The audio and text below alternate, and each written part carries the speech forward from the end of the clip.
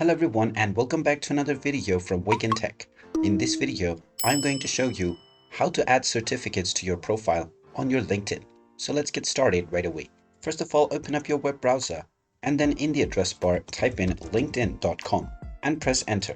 You will now be taken into the official LinkedIn website, where if you haven't logged into your account already, go ahead and use your credentials to log into your account.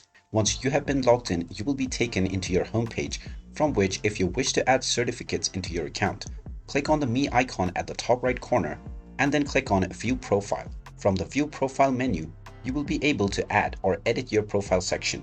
Go ahead and click on this, and now within your profile setup screen, scroll down and then click on Recommended. You will now see the Add Licenses and Certifications option. Go ahead and click on it, and now you can add your certification by inputting the details related to that certificate.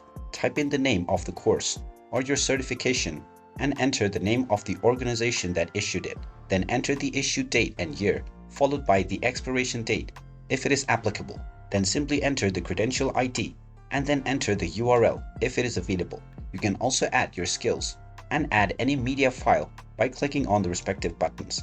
Finally, click on the Save button and your certification will be added onto your profile as well. And there you have it.